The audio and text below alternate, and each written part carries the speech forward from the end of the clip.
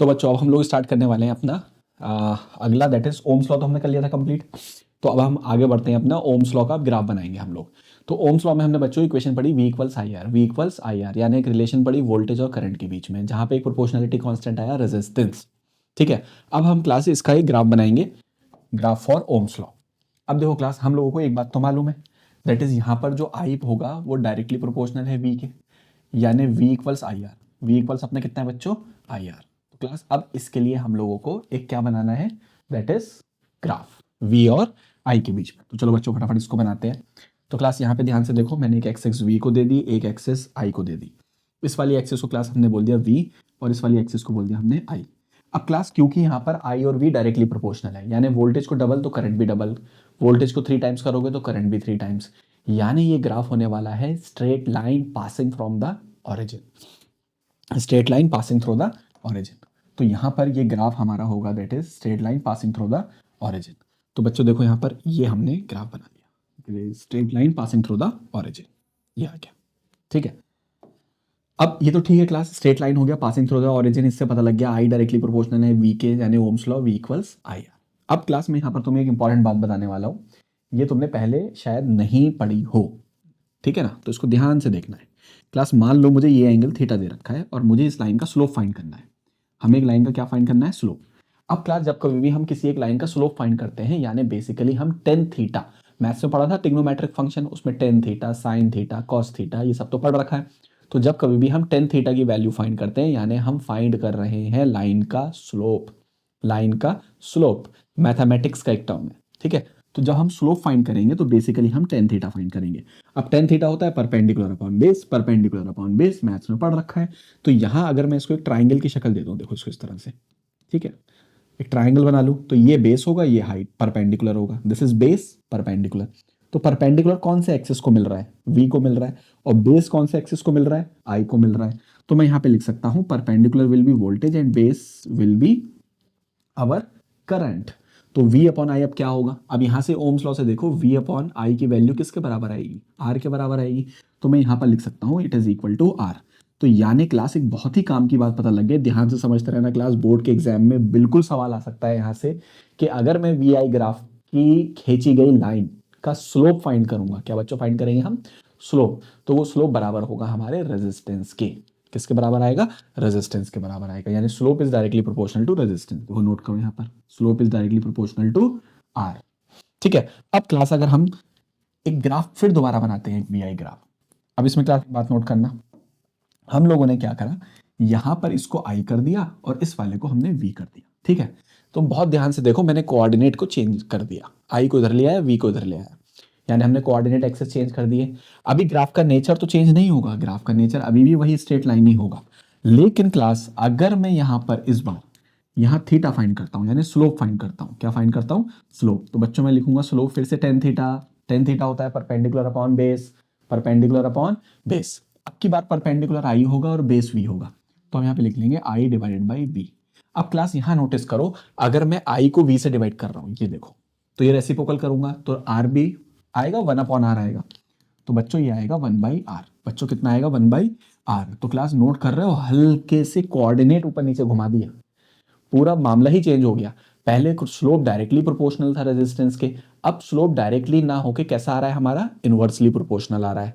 देखो जरा यहाँ पे ध्यान से, तो स्लोप डायरेक्टली है इनवर्सली है, इनवर्सली प्रोपोर्शनल है। अब पेपर में तुमसे यही गलती करवाएगा, ठीक है, तो तुम्हें जब पेपर में वी आई ग्राफ का सवाल आएगा तो बहुत ध्यान से ये देखना होगा कि कोऑर्डिनेट एक्सेस कैसे लिखे हुए हैं, या मैं बोलूं स्लोप लिख के देख लेना कि डायरेक्टली प्रोपोर्शनल है रेजिस्टेंस के या हमारा इनवर्सली प्रोपोर्शनल है रेजिस्टेंस के। ठीक है, अब सर इस पे ये भी बता दो किस तरह के सवाल आ सकते हैं। ठीक है, तो चलो उसकी तरफ चलते हैं। तो हमने यहां पर देखो क्लास, पहला सवाल वो कैसे पूछ सकता है, वो बोलेगा कि भाई देखो इस तरीके से एक वी आई ग्राफ दे रखा है दो मटेरियल के लिए, एक मटेरियल का नाम है ए, एक का नाम है बी। कितने मटेरियल है, दो, एक का नाम ए, एक का नाम बी। देखो ये हमारा पहला मटेरियल है लेट्स से ए, और ये हमारा दूसरा मटेरियल है लेट्स से बी। ठीक है, तो एक मटेरियल का नाम ए है, एक मटेरियल का नाम क्लास बी है। अब यहां पर सवाल ये पूछेगा बताओ किसका रेजिस्टेंस ज्यादा होगा, यानी वो तुमसे पूछना चाह रहा है कि ए का रेजिस्टेंस ज्यादा होगा बी से, या बी का रेजिस्टेंस ज्यादा होगा ए से। वो ये पूछना चाह रहा है कि इसमें से कौन सा करेक्ट होगा। ठीक है, तीसरा ऑप्शन बराबर या और कोई एक और ऑप्शन दे रखा होगा, चार में से कोई एक पूछेगा। ठीक, चलो अब इसको समझते हैं। तो इसको समझने के लिए यहां पर एक काम करो, इसको एंगल को थीटा मान लो, इसका स्लोप लिख के देख लो। तो अगर तुम इसका स्लोप लिखोगे तो बच्चों क्या होगा, tan theta. Sir tan theta हमने पढ़ा है मैथ्स में, परपेंडिकुलर अपॉन बेस। परपेंडिकुलर कितना है बोलो, वी। बेस कितना है बोलो, आई। यानी हम लिख देंगे V upon I. What is V upon I, is equal to R. V upon I किसके बराबर होगा बच्चों, आर के बराबर। तो यहां पर स्लोप डायरेक्टली प्रोपोर्शनल आ रहा है आर के। डायरेक्टली प्रोपोर्शनल किसके आ रहा है, आर के। तो इसका मतलब क्लास, जिसका स्लोप ज्यादा उसका रेजिस्टेंस भी ज्यादा होगा। डायरेक्टली प्रोपोर्शनल का मतलब जिसका स्लोप ज्यादा, ध्यान से सुनो बच्चों, उसका रेजिस्टेंस भी ज्यादा। सर स्लोप ज्यादा कैसे पता लगाएंगे, तो एक काम करो, वो स्कूल में अपने वो लगे होते हैं ना स्लाइड वाले झूले, तो उसको ऐसा समझो ये स्लाइड वाला अपना रोलर कोस्टर लगा हुआ है। अब यहां पर ध्यान से देखो कहां फिसल के जल्दी आओगे, बी पे बैठ जाओ और ए पे बैठ जाओ। सर ये तो रेड वाले पे मजा आ जाएगा, बड़ी तेजी से नीचे फिसल कर आएंगे। क्यों इस पे तेजी से फिसल कर नीचे आओगे, स्लिप इस पे तेजी से करोगे, क्योंकि सर इसका स्लोप ज्यादा है, क्योंकि इसका एंगल ज्यादा है, देखो क्योंकि इसका स्लोप ज्यादा है। तो तुम बोलोगे सर जो रेड वाली लाइन है उस पे तेजी से फिसल कर नीचे आ रहे हैं हम, तो वहां का स्लोप ज्यादा है। तो अगर यहां पर ए का स्लोप ज्यादा है, ए का स्लोप ज्यादा है, तो मैं बोल रहा हूं स्लोप ए का इज मोर देन किससे, स्लोप बी से। तो रेजिस्टेंस ए का ज्यादा होगा किससे, बी से, क्योंकि डायरेक्टली प्रोपोर्शनल है दोनों, देखो ये। तो हम बोल देंगे यहां पर resistance of A will be more than resistance of B. This is our answer. ठीक है ना, तो हमने पता लगा लिया। सर काफी सारी मेहनत हो गई, कोई आसान कर दो काम को। तो देखो अगर इसको आसान करना चाहते हो तो एक सिंपल से टेक्निक याद रखो कि अगर कि हमारा यहां पर जो लाइन वी के करीब होती है, जो लाइन वी के करीब होती है उसका रेजिस्टेंस ज्यादा होता है। अब जरा यहां ध्यान से देखो, लाइन ए और लाइन बी, ए वी के करीब है, ए वी के करीब है, ए वी के क्लोज है, तो हम बोल देंगे ए का resistance is more than B. उसी तरह से मान लो यहां पर एक सवाल इस तरह से आ जाए, फॉर एग्जाम्पल देखो जरा, मान लो फिर से हमें एक वी आई ग्राफ दे रखा है बच्चों, क्या दे रखा है हमें, वी आई ग्राफ। देखो कैसे वो चेंज करेगा चीजों को। सेम ये इस बार आई दे रखा है, ये वाली चीज हमें वी दे रखी है, और यहां पर हमें दो मटेरियल दे रखे हैं, एक एक्स दे रखा है एक वाई दे रखा है। इस बार एक एक्स दे रखा है एक वाई दे रखा है। अब पूछ रहा है बताओ रेजिस्टेंस एक्स का ज्यादा होगा या वाई का, या रेजिस्टेंस वाई का ज्यादा होगा एक्स के सामने। ए और बी में से पूछ रहा है, बताओ कौन सही है। तो इसको अब समझते हैं। अब जो मैंने तुम्हें शॉर्ट ट्रिक बताई है उसके अकॉर्डिंग क्या होना चाहिए कि सर जो लाइन वी के करीब उसका रेजिस्टेंस ज्यादा, जो लाइन वी के करीब उसका रेजिस्टेंस ज्यादा। तो यहाँ वी के करीब कौन है, वाई, तो वाई का रेजिस्टेंस ज्यादा होगा किसके सामने, एक्स के सामने। This is our answer. Sir ये तो बहुत आसान हो गया, बस ये तो बोलना चाह रहा हूं मैं। तो अगर तुम इसको डायरेक्ट पता लगाना चाहते हो तो सिंपल सा तरीका है, जो लाइन वी के करीब यानी जो लाइन वोल्टेज के करीब होगी उसका रेजिस्टेंस ज्यादा होगा, जो लाइन वोल्टेज के करीब उसका रेजिस्टेंस ज्यादा। चलो थोड़ा स्लोप लिख के भी दिखा दो इसका, चलो स्लोप लिख देता हूं। तो अगर मैं यहां पर इसका स्लोप लिखता हूं पुराने वाले तरीके से करें, टेन थीटा, टेन थीटा होगा परपेंडिकुलर अपॉन बेस। बच्चों परपेंडिकुलर होगा आई, बेस होगा वी, यानी ये हो जाएगा I divided by V. And what is I divide by V, R, one by R, one by R. यहां मामला बिल्कुल अलग हो गया क्लास। यहां पर स्लोप जो है अपना, यहां पर जो स्लोप है अपना वो इनवर्सली प्रोपोर्शनल है आर के। कैसा प्रोपोर्शनल है, इनवर्सली। और इनवर्सली प्रोपोर्शनल का मतलब ये है कि जिसका स्लोप ज्यादा उसका रेजिस्टेंस कम। जिसका स्लोप ज्यादा, यहां पे स्लोप किसका ज्यादा है, एक्स का, तो यहां पर स्लोप ऑफ एक्स ज्यादा है किसके सामने, स्लोप ऑफ वाई।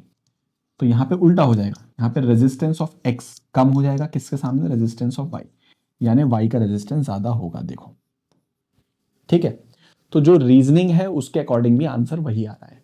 तो हमने यहां पर एक बहुत इंपॉर्टेंट बात सीखी बच्चों के सॉरी, इस तरह के सवालों में हमें क्या करना है, हमें सिंपल देखना है कि जो लाइन V यानी वोल्टेज के करीब होगी उसका रेजिस्टेंस हमारा ज्यादा होगा, है ना। एक बार ध्यान से इस पर निगाह मारो।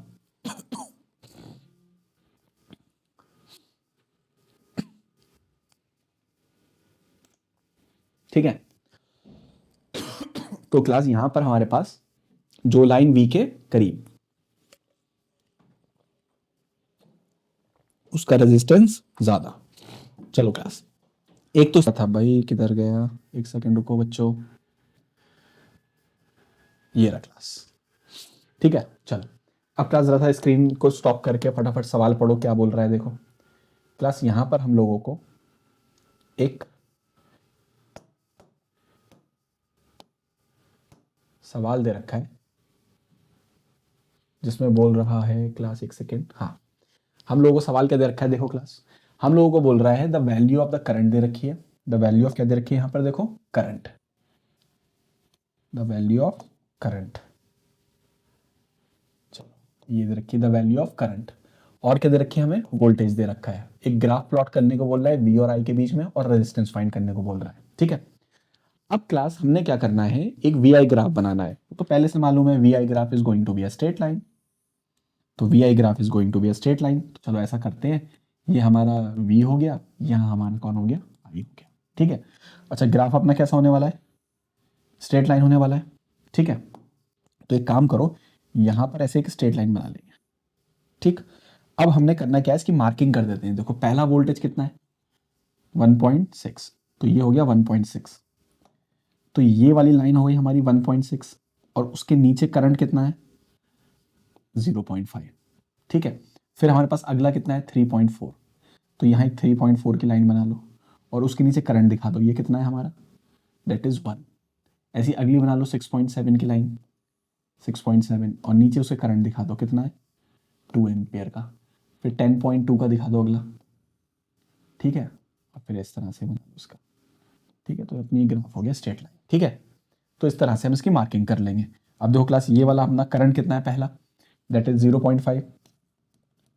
ठीक है, फिर अगला कितना है, 1 एम्पियर का, सॉरी 1 एम्पियर, फिर अगला कितना है, 2 एम्पियर, फिर अगला कितना है, 3 एम्पियर, वो 0.5 के करस्पॉन्डिंग वोल्टेज 1.6, फिर 3.4, 3.4,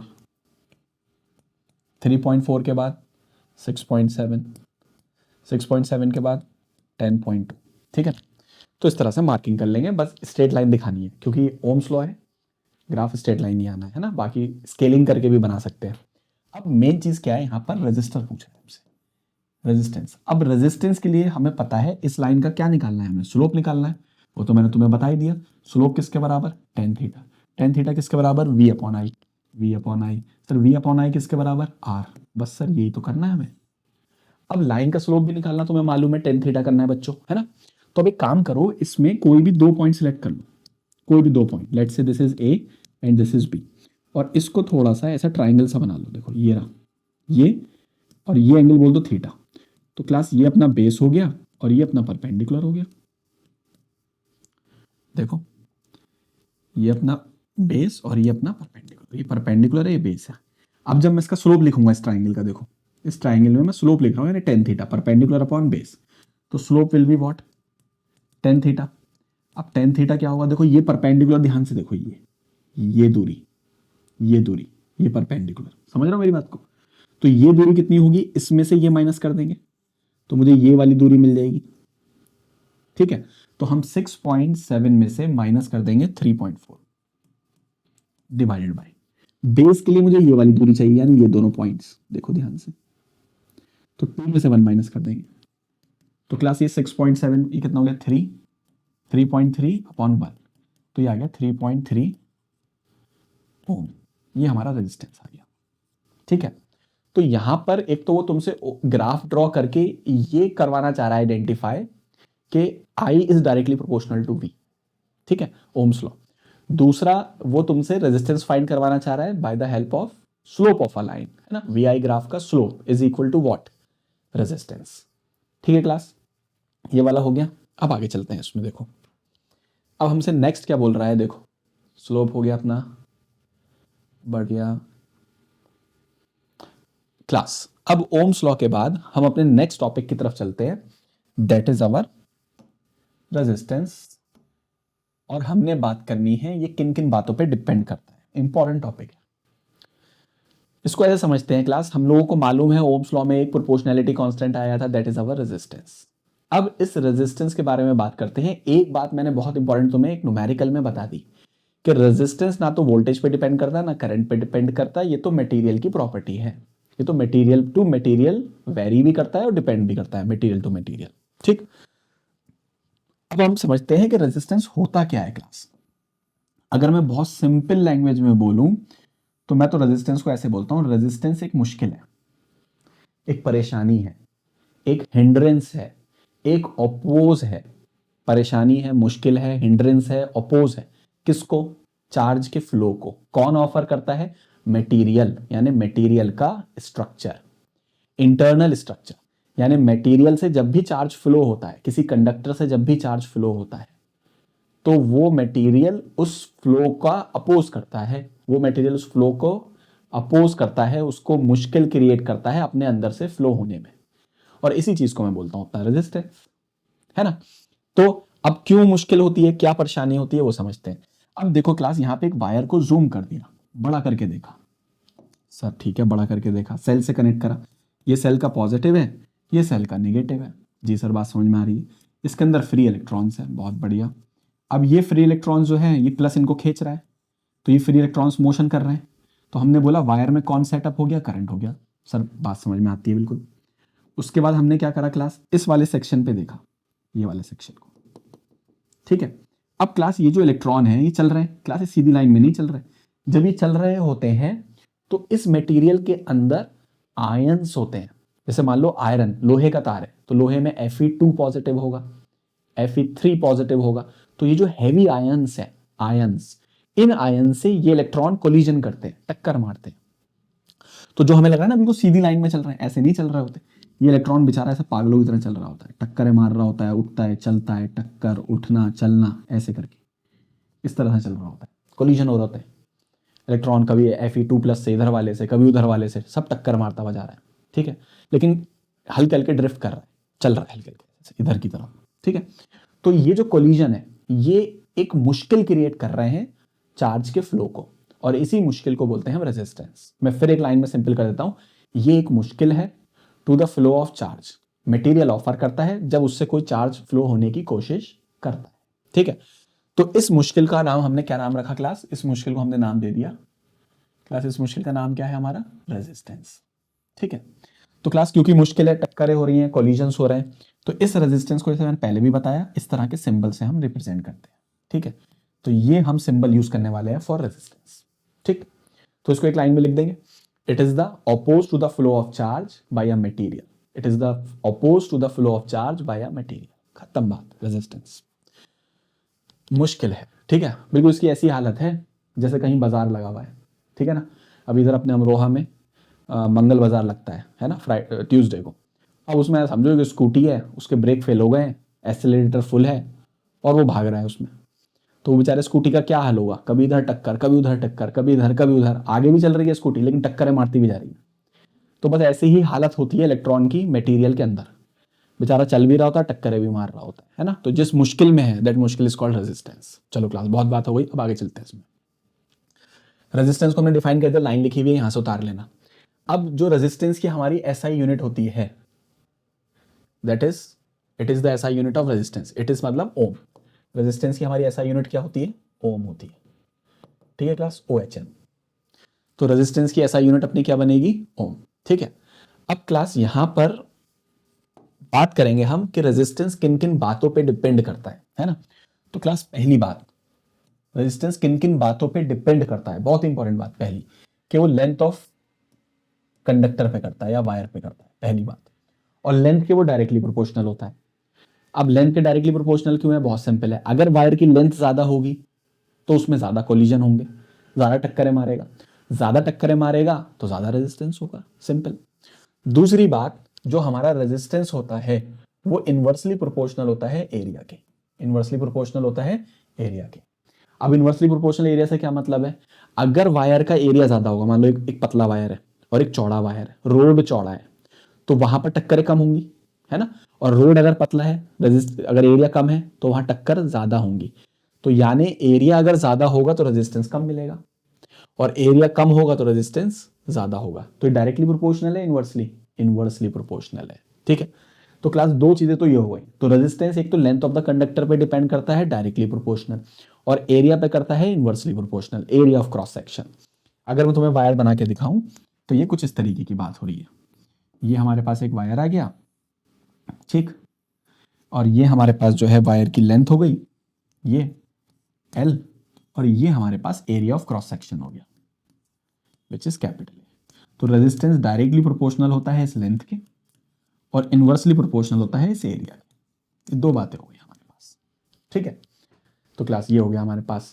अब नेक्स्ट हम आते हैं जो तीसरी चीज पे रेजिस्टेंस डिपेंड करता है, वो करता है टेम्परेचर। ओम्स लॉ पढ़ाते वक्त मैंने बात करी थी, किस पे डिपेंड करता है? टेम्परेचर पर, तीसरी। और चौथी बात वो करता है नेचर ऑफ मटेरियल पर, nature of material, nature of material, यानी अलग अलग मटेरियल के लिए रेजिस्टेंस भी अलग अलग होता है, ठीक है। और टेम्परेचर पे कैसा होता है? अगर टेम्परेचर को बढ़ाओगे तो जो इलेक्ट्रॉन है वो तेज भागेगा, तेज भागेगा तो टक्करें भी ज्यादा, कोलिजन भी ज्यादा, कोलिजन ज्यादा तो रेजिस्टेंस भी ज्यादा। तो यानी मेटल्स के केस में, किसके केस में? मेटल्स के केस में टेम्परेचर को बढ़ाने पर रेजिस्टेंस बढ़ता है, रेजिस्टेंस बढ़ता है, इंक्रीज करता है, ठीक है।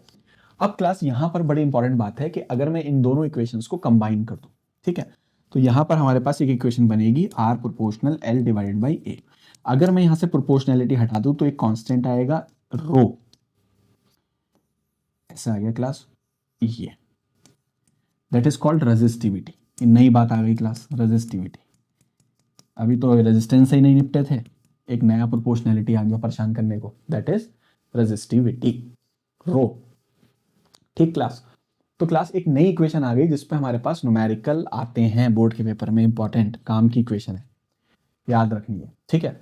तो इक्वेशन क्या बनी हमारी रेजिस्टेंस की? तो रेजिस्टेंस बराबर आ गया रो एल डिवाइडेड बाई ए, ये हमें ध्यान रखना है रेजिस्टेंस, ठीक है। और साथ में एक नया प्रोपोर्शनैलिटी कांस्टेंट आया जिसके बारे में अच्छे से भी बात करेंगे आगे, रेजिस्टिविटी, ठीक है क्लास। तो रेजिस्टेंस क्या है? वो मुश्किल है जो एक मटेरियल ऑफर करता है जब उससे कोई चार्ज फ्लो करता है, खत्म। इसकी एसआई यूनिट ओम। इसके बाद इसका फॉर्मूला किन किन बातों पे डिपेंड करता है बच्चों? चार बातों पे। Number 1 length of the wire, number 2 area of cross section, length के डायरेक्टली है, एरिया के इनवर्सली है। Number 3 temperature, number 4 nature of the material. अलग अलग मटेरियल के लिए रेजिस्टेंस भी अलग अलग होता है, ये देखा गया, ठीक है। उसके बाद एक फॉर्मूला बना R equals rho L divided by A, ठीक है क्लास। अब क्लास इसमें इतना ही, अब हम इसमें आगे चलते हैं। यहां क्लास जल्दी से स्क्रीन को रोककर स्टॉप कर कर फटाफट सवाल लगाएंगे और देखो क्या क्या गिवन है, सवाल पढ़ो, बात समझ में आएगी।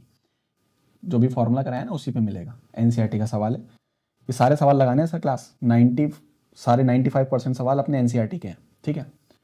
तो देखो यहाँ पे क्या क्या बोल रहा है क्लास। पहले में बोल रहा है वो अ कॉपर वायर है जिसका डायमीटर दे रखा है, बहुत बढ़िया, चलो भाई बना लेते हैं इसको, ठीक है। एक हमें कॉपर वायर दे रखा है, क्या दे रखा है? कॉपर का वायर, ऐसे दे रखा है, ठीक है। चलो बच्चों बढ़िया, कॉपर का वायर, और इस कॉपर के वायर का डायमीटर दे रखा है, यानी ये वाली लेंथ, ठीक है। ये हमें कैपिटल डी दे रखा है, diameter of the wire. So what is diameter of the wire given? That is 0.5 mm, m for milli. तो मिली का मतलब क्लास कौन मिली? दैट इज 10 की पावर -3 मिली, मिलीमीटर को मीटर में कर लिया, ठीक है। ये हो गया 10 की पावर -3 मिलीमीटर, है ना। अब मिलीमीटर के बाद क्या बोल रहा है? उसकी रेजिस्टिविटी गिवन है, कोई प्रॉब्लम नहीं, यूनिट दे रखी है कुछ, रेजिस्टिविटी। सर हाँ रेजिस्टिविटी तो मालूम है, रो होती है, दैट इज 1.6 इंटू 10 की पावर -8 ओम मीटर, इसकी यूनिट आगे पढ़ेंगे। उसका what is the length of the wire, यानी एल पूछ रहा है, यानी ये एल पूछा है, क्वेश्चन मार्क, कोई प्रॉब्लम नहीं है। And what is the resistance? 10 ओम, और इसका रेजिस्टेंस दे रखा है 10 ओम, कोई प्रॉब्लम नहीं है। तो क्लास ये सब डेटा हमें गिवन है। अब इस डेटा को यूज करते हुए फॉर्मूला लगा दो, क्या दिक्कत है? तो R बराबर होता है हमारा रो L divided by A. What is R here? R 10। What is resistivity? 1.6 10 की पावर -8, ये रहा देखो। And what is the length? Length हमें पता नहीं, फाइंड करनी है, चलो लिख दो। And what is area? अब क्लास ध्यान से देखो, यहाँ डायमीटर गिवन है मुझे, है ना। अब क्लास तुम्हें मालूम होगा what is area of circle? Area of circle होता है पाई आर स्क्वायर, बिल्कुल सर। अब हमें यहाँ पर R की जगह D दे रखा है, हमें पता है D बराबर होता है 2 टाइम्स ऑफ R, सॉरी हाँ 2 टाइम्स ऑफ R, रेडियस का डबल। ये डायमीटर इस रेडियस का डबल ही तो होगा, ये डायमीटर इस रेडियस का डबल होगा, तो मैं R की जगह लिख सकता हूँ D/2, हम आर की जगह लिख सकते हैं दैट इज d/2।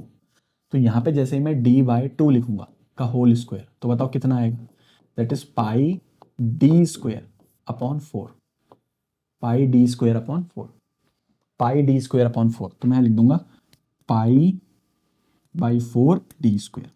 ठीक है, तो ये अपना 10 हो जाएगा, 1.6 इंटू 10 की पावर -8, ये लेंथ हो गई, पाई की वैल्यू लिख दो 22/7 हो गई, और 1/4 हो गया। और डायमीटर देखो कितना है क्लास, डायमीटर इज 0.5 इंटू 10 की पावर -3, तो 0.5 इंटू 10 की पावर -3 का होल स्क्वायर। ठीक है, अब क्लास यहाँ से एल निकाल लेना है। क्लास मुझे पूरी उम्मीद है कि तुम यहाँ से इजीली एल फाइंड कर सकते हो, थोड़ी सी मैथमेटिक्स है, क्रॉस मल्टीप्लाई करके सॉल्व कर लेना है। ठीक है, तो कर लोगे ना, इसको इधर ले आना, एल इसको नीचे ले आना और एल आ जाएगा। ठीक है, तो ये मैं मान के कि स्टूडेंट्स बहुत आसानी से हम यहाँ से एल फाइंड कर लेंगे। कॉन्सेप्ट मैंने सारा समझा दिया। अच्छा सवाल है क्लास, बिल्कुल आ सकता है। ठीक है, और जब भी ये इस फॉर्मूले पे सवाल आता है ना, तो यूनिट्स का बहुत ध्यान रखना है।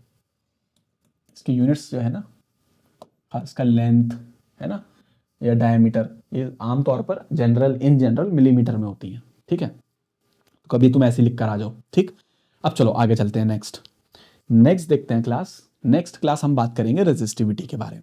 किसके बारे में? रेजिस्टिविटी। सर ये आई थी रेजिस्टिविटी, कब आई थी? जब हम रेजिस्टेंस समझ रहे थे। ठीक है, और जब रेजिस्टेंस समझते वक्त हमने एक फॉर्मूला लिखा था। हमने कहा था सर एक वायर है, वायर का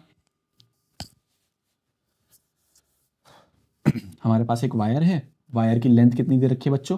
L, और ये हमारे पास एरिया दे रखा है कितना? A, है ना। तो रेजिस्टेंस का फॉर्मूला आया था बच्चों ρL/A। तो यहाँ पर एक प्रोपोर्शनैलिटी कांस्टेंट आया था रो, जिसका नाम हमने रखा था रेजिस्टिविटी। आओ बच्चों इसके बारे में थोड़ी सी बात करेंगे, थोड़ी सी क्या, सभी बात करेंगे। ठीक, चलो अब रेजिस्टिविटी को समझते हैं। ठीक है, तो सबसे पहले जो पेपर में आ सकता है, तो रेजिस्टिविटी को डिफाइन करने को आ जाएगा, पहली बात। दूसरी बात ये पूछेगा कि रेजिस्टिविटी की यूनिट क्या हो सकती है। तीसरी चीज पूछेगा वो रेजिस्टिविटी किन किन बातों पे डिपेंड करती है। सीधा बस 3 बातें हैं, इसी से सवाल आना है। ठीक है, तो देखो चलो तो क्लास रेजिस्टिविटी को डिफाइन करते हैं। अब क्लास मान लो मैंने एक वायर बनाया, हम लोगों ने क्या बनाया? एक वायर बनाया, बहुत बढ़िया। वायर के अंदर क्लास मैंने एक चीज फिक्स कर दी कि इस वायर का जो एरिया होगा वो मैंने बोल दिया 1 मीटर स्क्वायर, या 1 कोई भी यूनिट, सेंटीमीटर कुछ भी स्क्वायर। और इस वायर की मैंने लेंथ भी फिक्स कर दी विच इज 1 मीटर। लेंथ भी हमने कितनी फिक्स कर दी? 1 मीटर।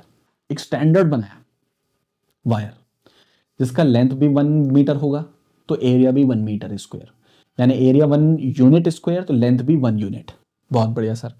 अब हमने क्या करना है, इसके लिए रेजिस्टेंस का फॉर्मूला लिखना है। लिखवा सकते हो? बिल्कुल सर, ρL/A, अभी पढ़ाया आपने थोड़ी देर पहले, रो।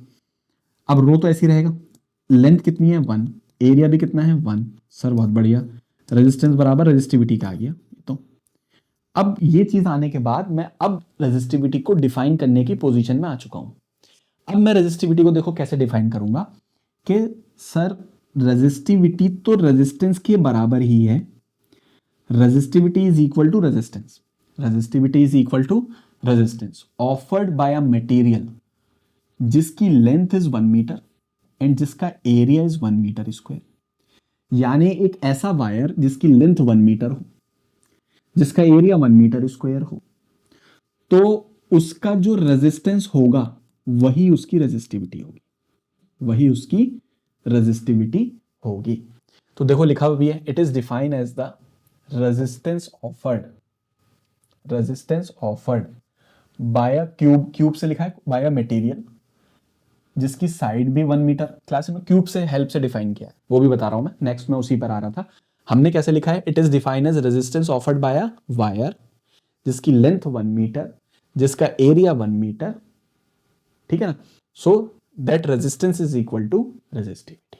ठीक, अब इसके अकॉर्डिंग कैसे डिफाइन करेंगे, देखो इसकी तरफ भी मैं आने वाला हूं। दूसरा तरीका, second method to define resistivity.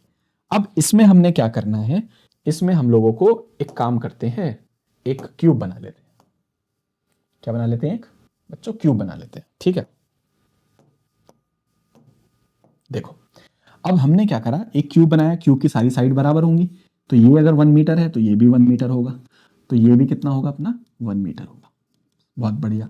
अब एक काम करो, ये तो हमारा एरिया हो गया, तो बताओ एरिया बता सकते हो स्क्वायर का, ये स्क्वायर बन रहा है ना क्यूब में सरफेस, तो ये हो जाएगा 1 × 1 दैट इज 1 मीटर स्क्वायर। और इसकी जो लेंथ होगी ये वाली, वो भी 1 मीटर है, वो भी कितनी है 1 मीटर। तो ये तो वही बात हो गई कि एक वायर जिसका एरिया 1, तो एक क्यूब जिसका एरिया 1, जिसकी लेंथ 1 तो इसकी लेंथ भी 1, तो ये क्यूब जो रेजिस्टेंस ऑफर करेगा that is equal to resistivity. तो मैं इसको सिंपल बोल सकता हूं, it is the resistance, resistivity is equal to resistance, resistivity is equal to resistance offered by a cube जिसकी side 1 metre, offered by a cube जिसकी side 1 metre. ठीक है, तो इस तरह से भी हम इसको डिफाइन कर सकते हैं जैसे इन्होंने करा है, रेजिस्टेंस ऑफर्ड एक क्यूब जिसकी साइड 1 मीटर, जिसकी साइड 1 मीटर, है ना। तो क्लास ये हो गया। अब इसकी यूनिट के बारे में बात करते हैं। तो यूनिट बहुत सिंपल, देखो निकालते हैं। तो रेजिस्टेंस का फॉर्मूला लिख लो, ऐसा यूनिट निकाल रहा हूं मैं इसकी। अब दिस इज L/A। अच्छा, रेजिस्टेंस की होती है ओम, रेजिस्टिविटी की हमें फाइंड करनी है, लेंथ की होती है मीटर, एरिया की होती है मीटर स्क्वायर। ये कैंसिल हो गई, 1 मीटर इधर आ जाएगा, तो ये हो गया ओम मीटर, ओम मीटर। तो रेजिस्टिविटी की यूनिट क्या बन गई, ओम मीटर। ये रही देखो ओम मीटर। ठीक है, तो क्लास ये हमने रेजिस्टिविटी को डिफाइन कर लिया यहाँ पर, उसकी एसआई यूनिट कर ली। अब आखिरी चीज की तरफ आते हैं, किन किन बातों पे डिपेंड करता है। तो क्लास अगर हम इसकी डिपेंड करने की बात करें तो ये किन किन बातों पे डिपेंड करता है। तो यहां नोटिस करो कि भाई ये रेजिस्टेंस ही तो है, कोई नई चीज थोड़ी ना है, ये भी रेजिस्टेंस है।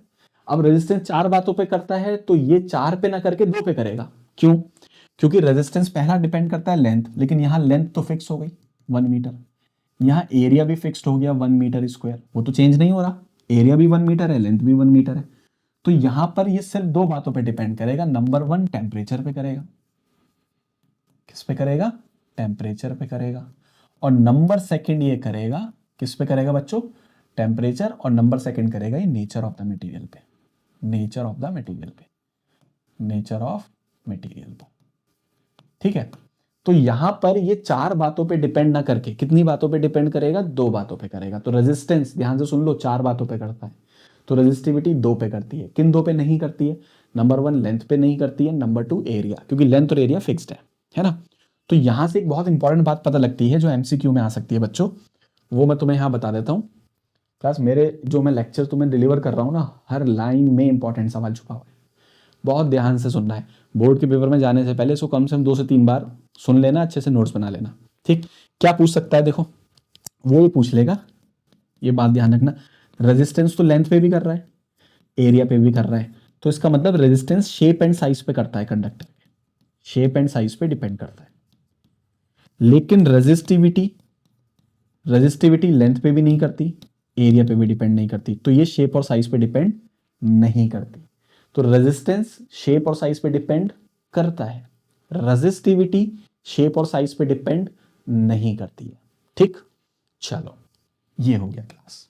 अब हम आगे चलते हैं क्लास। अब यहां पर क्लास में कुछ सवाल करवाऊंगा तुमसे, पहले चलो इस स्लाइड वाले कर लो, फिर अलग से भी करवाऊंगा। जैसे पहला सवाल, क्लास जल्दी से स्क्रीन को रोक कर फटाफट सवाल पढ़ो और गिवन निकाल दो, चेक करो क्या क्या दे रखा है।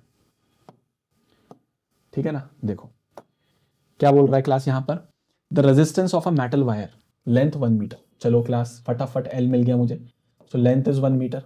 जी सर समझ में आ रही है बात। रेजिस्टेंस मिल गया मुझे, यूनिट से पता लग रहा है, आर मिल गया मुझे, मिल गया। ठीक है, टेम्परेचर दे रखा है, ठीक है कोई दिक्कत नहीं है। If the diameter of the wire, class diameter दे रखा है वायर का, यानी डी दे रखा है 0.3 मिलीमीटर, स्टार बना लो यूनिट के ऊपर, मसला है यहाँ पर सॉल्व करनी पड़ेगी। What will be resistivity of the temperature at the same temperature, resistivity पूछ रहा है, यानी समझ रहे, रो पूछ रहा है, इक्वल्स टू क्या, क्वेश्चन मार्क। तो क्लास लगा दो फॉर्मूला, आंसर आ जाएगा। तो क्लास यहां पर हम लोगों को कैसे दे रखा है, यहां पर एक वायर दे रखा है हम लोगों को, ठीक है, क्या दे रखा है, वायर दे रखा है इस तरीके से।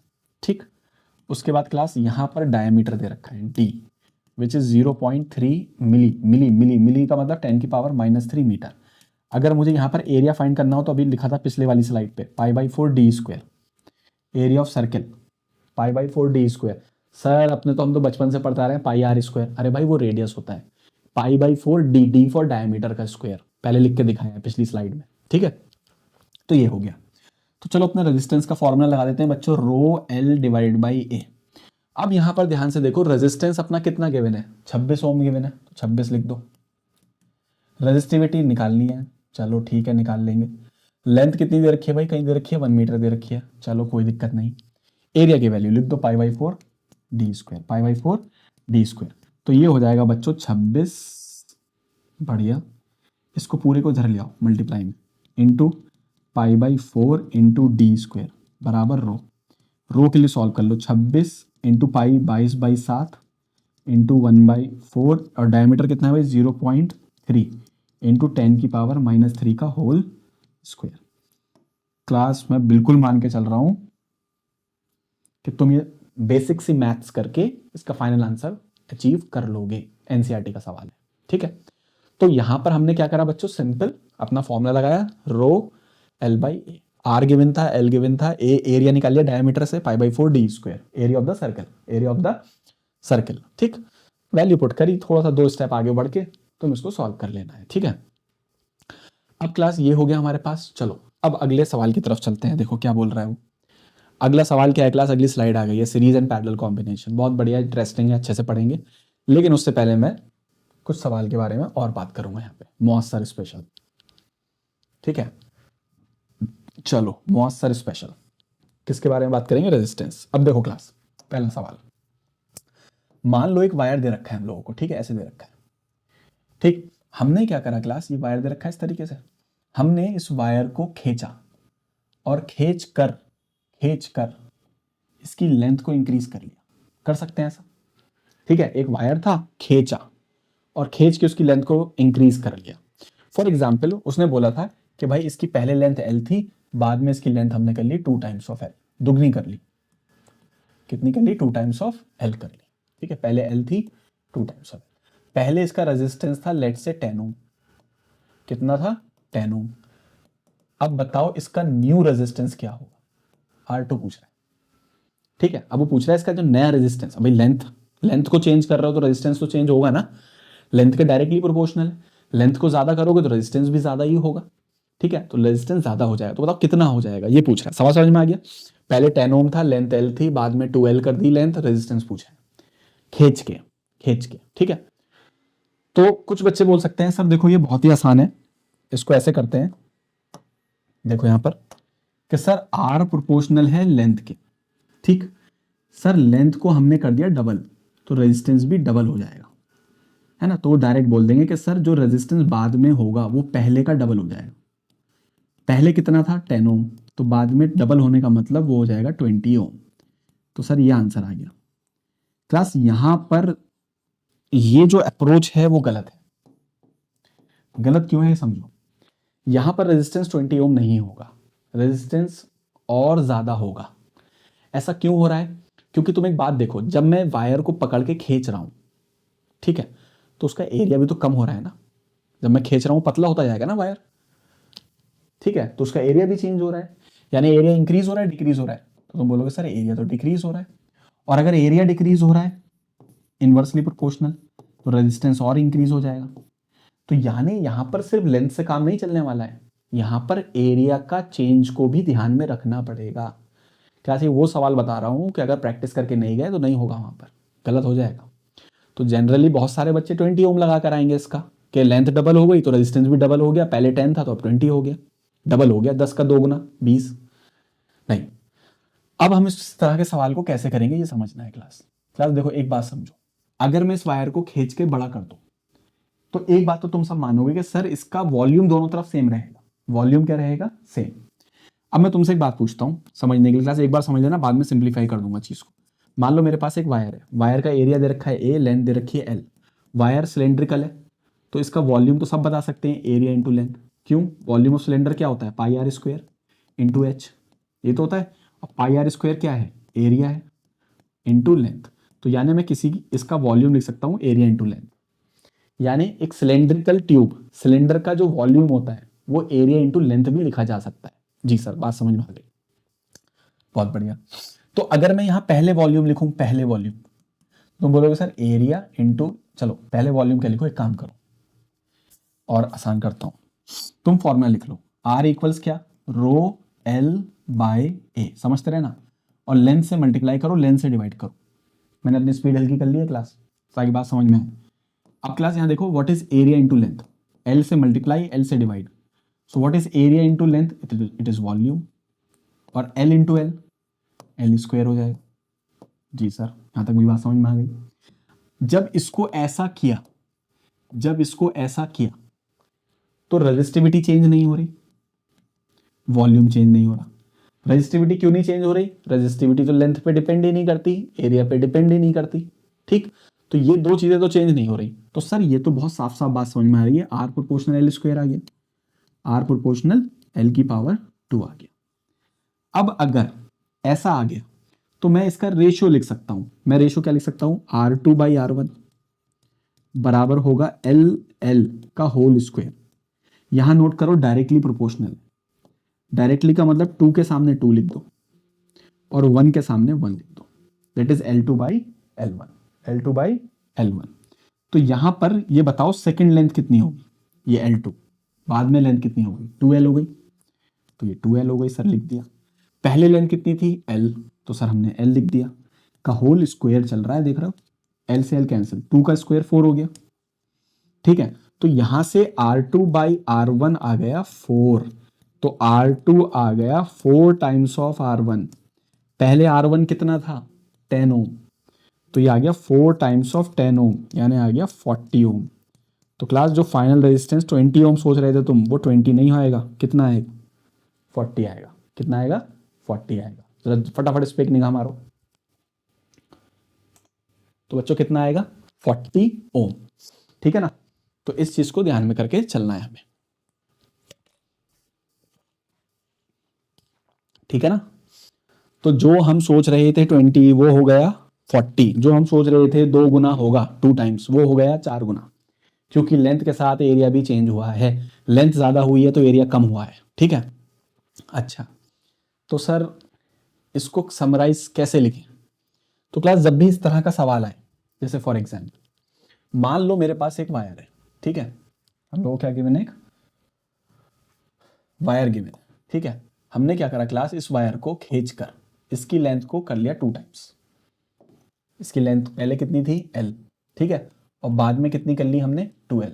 तो तुम जब स्टार्ट करोगे तो R प्रोपोर्शनल L की पावर 2 से करना, ठीक है। पिछले पहले तुमने देखा स्लाइड में, जब हमने L से मल्टीप्लाई L से डिवाइड करा, तो ऐसे स्टार्ट करना।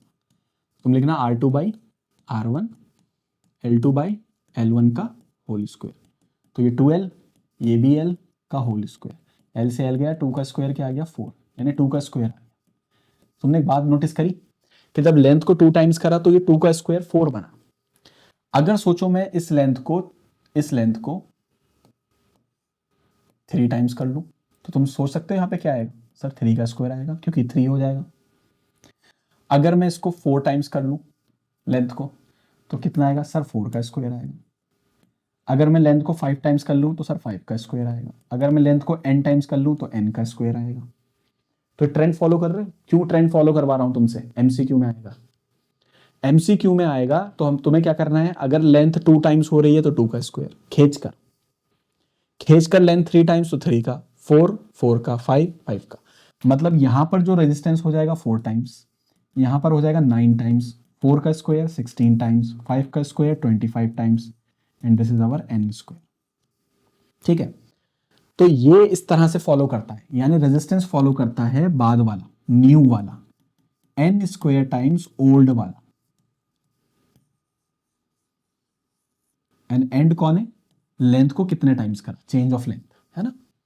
2 टाइम्स होगा तो 2 का स्क्वायर 4 गुना, 3 टाइम्स होगा 3 का स्क्वायर 9 गुना, 4 टाइम्स होगा 4 का स्क्वायर 16 टाइम्स। ऐसे ट्रेंड को फॉलो कर लेना है, ठीक है।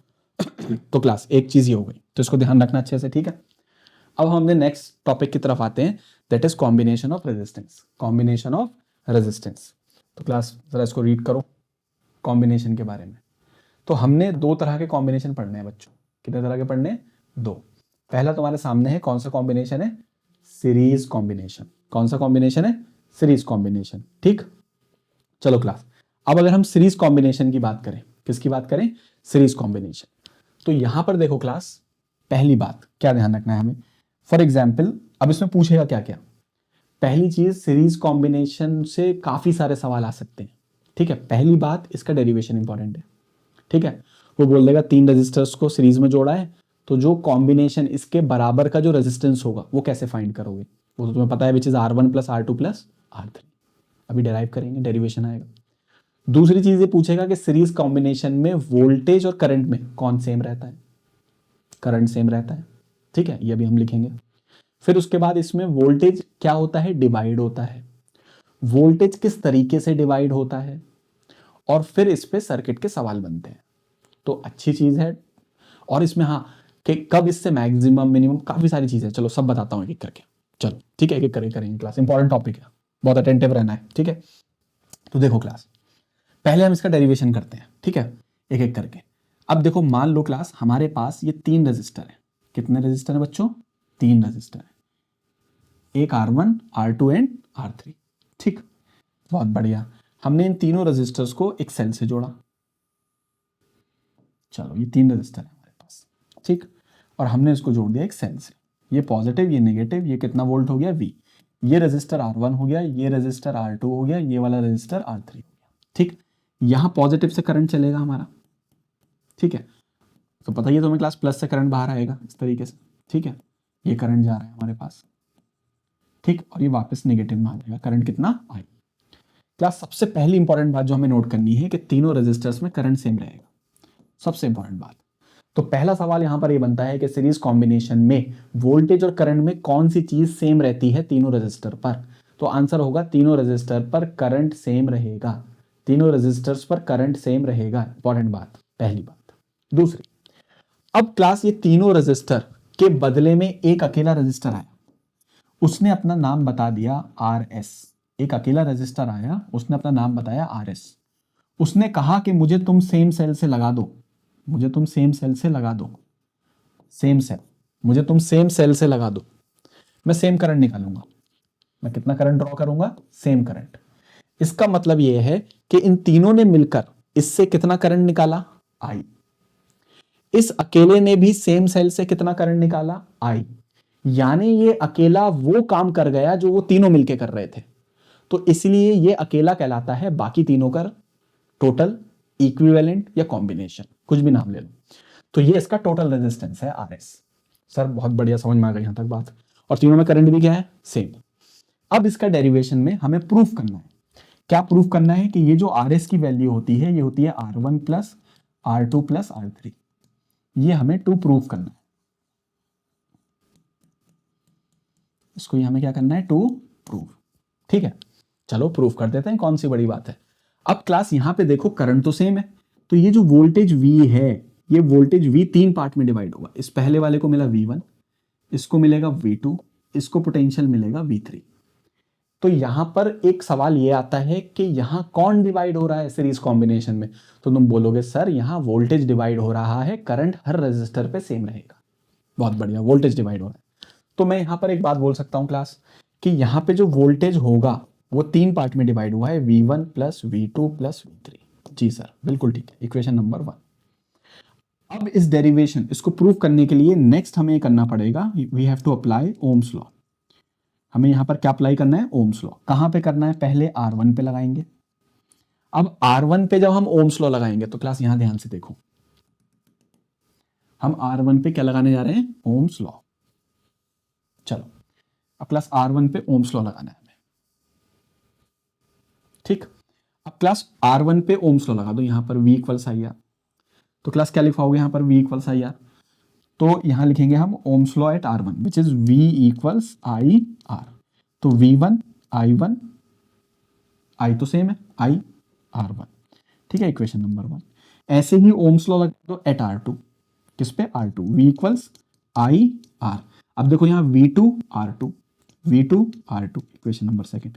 ऐसे ही ओम्स लॉ लगा दो I3 पर, V equals IR, V3 R3, equation number 3। ऐसे ही ओम्स लॉ लगवा दो इस वाले पर, V इक्वल्स IR, RS और V, ठीक है, इक्वेशन नंबर 4। अब क्लास इन चारों इक्वेशंस की वैल्यू यहां पुट कर दो फर्स्ट वाले में, तो तुम जैसे ही वैल्यू पुट करोगे, बताओ V की वैल्यू क्या लिखवाओगे, IRS, जी सर। V1 की IR1, बिल्कुल सही सर, दिस इज IR2, और V3 की क्या लिखवाओगे, IR3। सर यहां से तो I कॉमन आ रहा है, तो निकाल लिया, लो R1 plus R2 plus R3, और ये आई आर एस तो चल ही रहा है अपना, यहाँ आई से आई कैंसिल, तो यहाँ पर आर एस आ जाएगा R1 plus R2 plus R3। तो क्लास ये तो प्रूफ करना था हमें। तो क्लास ये अपना सीरीज कॉम्बिनेशन का बहुत ही इंपॉर्टेंट फॉर्मूला आ गया जो डेराइव भी कर लिया, which is R S equals R1 plus R2 plus R3। फटाफट क्लास इसको कॉपी में नोट डाउन करो, देखो इसको जरा, ठीक है ना। तो क्लास यहां पर हमारे पास फाइनल रिजल्ट आ गया, which is R1 plus R2 plus R3। पहला सवाल क्या था, सीरीज कॉम्बिनेशन में कौन सेम रहेगा, करंट सेम रहेगा। सर सीरीज कॉम्बिनेशन में कौन डिवाइड होगा, वोल्टेज डिवाइड होगा। तो सर यहाँ पर टोटल रेजिस्टेंस क्या आने वाला है, that is R1 plus R2 plus R3। Simply जोड़ दो, जोड़ना तो सबको आता है, कोई दिक्कत नहीं। क्लास ये अपना हो गया सीरीज कॉम्बिनेशन की कुछ बातें। अगला चलते हैं। अब क्लास यहाँ पर कुछ नोट डाउन करनी है बातें हमें, ठीक है। क्लास पहली बात, सब बातें इंपॉर्टेंट है क्लास, बहुत ध्यान से सुनना। पहली बात यह है क्लास कि हमारे पास जो सीरीज कॉम्बिनेशन है, कौन सा कॉम्बिनेशन है, सीरीज कॉम्बिनेशन।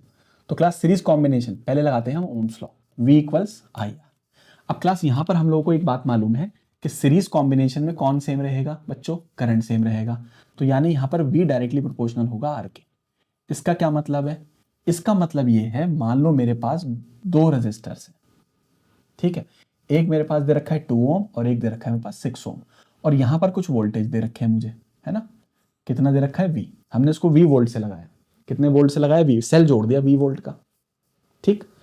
अब ये जो V वोल्ट है, लेट से 10 ओम है, सॉरी 10 वोल्ट है। कितना वोल्ट है, 10 वोल्ट।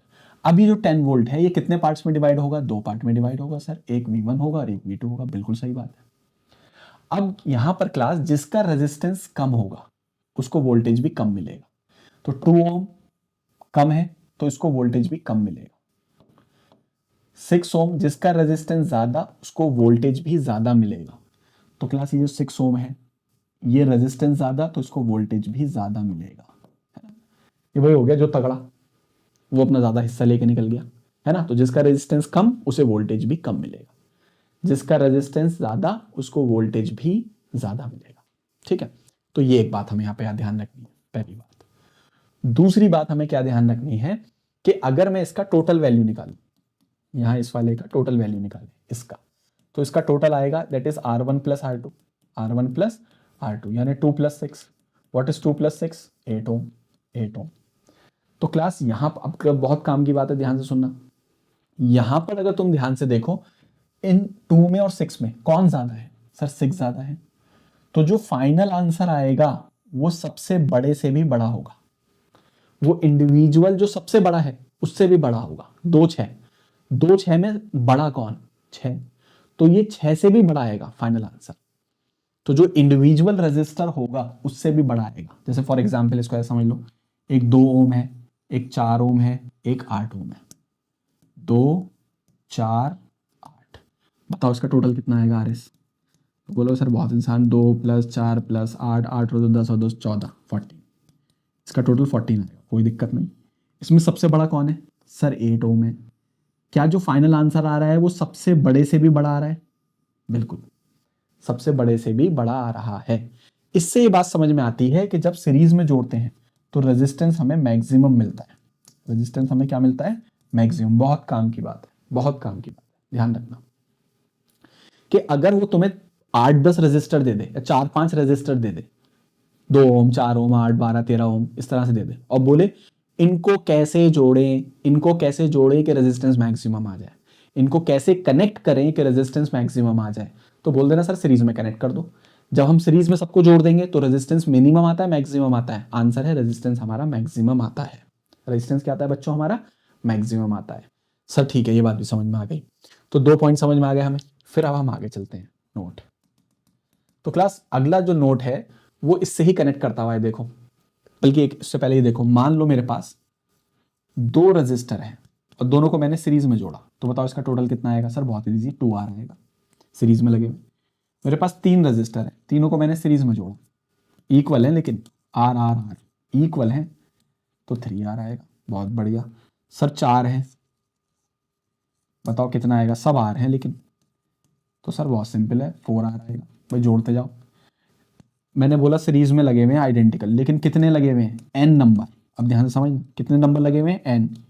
2 भी हो सकता है, 3 भी, 4 भी, 5 भी, तो कितना आएगा, एन आर आएगा। कितना आएगा, एन आर। ये भी काम की बात है क्लास, ध्यान रखिए इसको।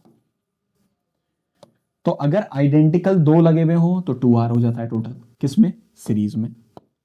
अगर 3 आइडेंटिकल लगे हुए हो तो 3R हो जाता है। 4 आइडेंटिकल लगे हुए हो तो 4R हो जाता है। बहुत सारे आइडेंटिकल, n आइडेंटिकल लगे हो तो NR हो जाता है। क्या प्रॉब्लम है, इसको हम एज अ डायरेक्टली याद रखेंगे। ठीक, ये बात भी हो गई।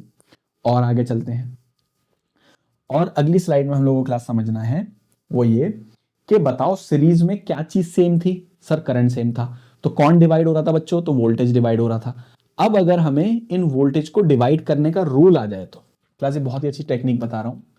जो लोग बच्चे आगे साइंस लेने वाले हैं, नीट में या जेई में जाने वाले हैं, 11th में साइंस लेंगे, 12th में चैप्टर आएगा सेम इलेक्ट्रिसिटी, तो ये वहां पे भी हेल्प करेगा आपको, है ना। तो ये मैं तुम्हें वोल्टेज को डिवाइड करने की टेक्निक सिखा रहा हूँ, ठीक है। तो चलो समझते हैं, एक सवाल या 2 सवाल लगाएंगे इसमें। तो हमें पता है class, Ohm's law V equals I are होता है अपना। जी सर, यहाँ पर करंट क्या रहने वाला है, सर सेम रहने वाला है, तो यानी V डायरेक्टली प्रोपोर्शनल किसके है, R। V डायरेक्टली प्रोपोर्शनल किसके है, R के। बहुत बढ़िया।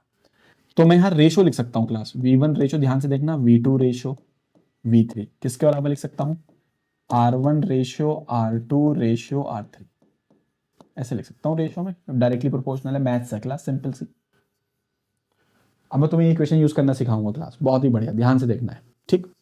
अब क्लास फॉर एग्जांपल हमें एक सवाल दे रखा है, वो उसमें ये बोल रहा है कि मेरे पास एक रजिस्टर है 3, इस तरीके से, सब ठीक है, कोई दिक्कत नहीं। एक दे रखा है 2 ओम, एक दे रखा है 3 ओम, एक दे रखा है 5 ओम। अच्छा सर, बहुत बढ़िया, कोई दिक्कत नहीं। और इससे हमने वोल्टेज लगा दिया, एक सेल हमने लगा दिया, लेट से 50 वोल्ट। कितना लगा दिया, 50 वोल्ट का, ठीक है। यहाँ से करंट अपना चलेगा। अब ये जो वोल्टेज है कैपिटल V, ये कितने पार्ट में डिवाइड होगा, सर 3 पार्ट में, V1 V2 V3, ठीक है सर, कोई दिक्कत नहीं। अब तुम्हें V1 V2 V3 फाइंड करना है, they will ask you find V1 V2 and V3। अब सर कैसे फाइंड करेंगे, तो ये टेक्निक यूज करेंगे हम लोग। तुम बोलोगे सर कि V1 ratio V2 ratio V3 बराबर होगा R1। बताओ यहाँ पर R1 कितना है, सर 2। बताओ यहाँ पे R2 कितना है, सर 3। यहाँ पे बताओ R3 कितना है, बोलो बच्चों 5। कोई दिक्कत नहीं, लिख दिया ऐसे, R1 R2 R3। अब क्लास डिनोमिनेटर में बनी है, कोई दिक्कत नहीं। अब क्लास यहाँ पे देखो V1 के सामने कौन है, 2, तो मैं V1 लिख रहा हूँ, देखो ध्यान से क्लास, टेक्निक देखो, 2। सर V1 के सामने कौन है, 2, लिख दिया 2 मैंने। तीनों का सम देखो, 5 और 3 8, 8 और 2 10, इन तीनों का सम कर दो, इन तीनों का कर दिया सर सम, तीनों का, ठीक है। अब क्लास यहाँ पे क्या नोट करो तुम, तीनों का सम कर दिया। अब देखो क्लास टोटल कितना है, 50, 50 से मल्टीप्लाई कर दो, 0 से 0 गया, व्हाट इज 5 इंटू 2, 10 वोल्ट। चलो ये V1 आ गया। अब ऐसे सर V2 लिखवा दिए, चलो V2 देखो, एक और मौका देखो सीखने का। V2 के सामने कौन है, सर 3, 3 आ गया। तीनों का सम बोलो, 5 और 3 8, 8 और 2 10। टोटल जिसको डिवाइड करना है, किसको डिवाइड करना है, 50 को, 50 लिख दो यहाँ पर। सर 0 0 गया, 5 और 3 15 आ गया, बिल्कुल सही। पीछे V1 कितना आया था वो भी लिख लो, 10 वोल्ट आया था। कितना आया था, 10 वोल्ट, ठीक है। अब क्लास V3 निकाल लेते हैं, चलो। V3 के लिए देखो क्लास, V3 के सामने कौन लिखा हुआ है, 5 लिखा हुआ है, तो 5 लिख दो। इन तीनों का सम कितना है, 10 मल्टीप्लाइड बाई 50, 0 से 0 चला गया, 5 और 5 25। क्लास जरा तीनों का सम करना, V1 चेक कर लेते हैं, चलो, V2 प्लस V3, तो 10 प्लस 15 प्लस 25 विच इज कितना आ गया, 50 वोल्ट। देखो 50 को तो डिवाइड किया था, देखो जरा, तो हमें तीनों वोल्टेज मिल गए, V1 भी मिल गया, V2 भी मिल गया, V3 भी मिल गया। अब एक बात देखो, जिसका रेजिस्टेंस सबसे ज्यादा, जिसका रेजिस्टेंस सबसे ज्यादा, तो उसको वोल्टेज भी ज्यादा ही मिलना चाहिए। बताओ सबसे ज्यादा किसका है, 5, देखो सबसे ज्यादा 5 को मिला है। जिसका रेजिस्टेंस सबसे कम, उसको वोल्टेज भी कम ही मिलना था। सबसे कम देखो किसका है, 2, तो देखो 2 को मिला है, 10 वोल्ट। तो इस टेक्निक को बोलते हैं वोल्टेज डिवाइडिंग रूल, ठीक है। अब इसी टेक्निक का ध्यान रखते हुए एक फटाफट छोटा सा सवाल कर लेते हैं जिसमें 2 रजिस्टर हैं बस, ठीक है। हमारा सवाल है find V1 and V2, find V1 and कितना V2, हमें V1 V2 फाइंड करना है। क्या फाइंड करना है, V1 एंड V2। तो चलो बच्चों कर देते हैं V1 V2 फाइंड। अब देखो क्लास, फॉर एग्जाम्पल हमें ऐसे 2 रजिस्टर दे रखे हैं, ठीक है, ये हमें 3 ओम दे रखा है, ये हमें 6 ओम दे रखा है, और यहाँ टोटल वोल्टेज दे रखा है 18 वोल्ट। कितना वोल्ट दे रखा है बच्चों, 18 वोल्ट, है ना। अब ये 18 वोल्ट 2 पार्ट में डिवाइड हुआ, एक V1 और एक V2। You have to find V1 V2। तो बच्चों रेशो क्या लगेगा, V1 रेशो V2। जल्दी से ज़रा स्क्रीन स्टॉप करके अपने आप करने की कोशिश करो फटाफट, देखो कितना आ रहा है, जल्दी से स्क्रीन स्टॉप करो, चेक करो कितना आ रहा है आंसर।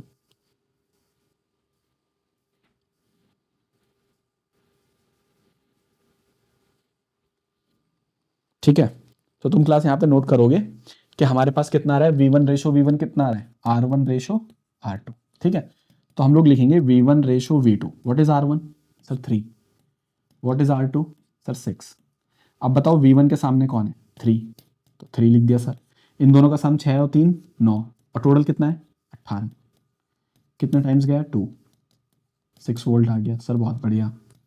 V2 निकाल दो, V2 के सामने कौन है 6, 6 और 3 9, टोटल कितना है 18। 9 और 2 18, 6 और 2 12।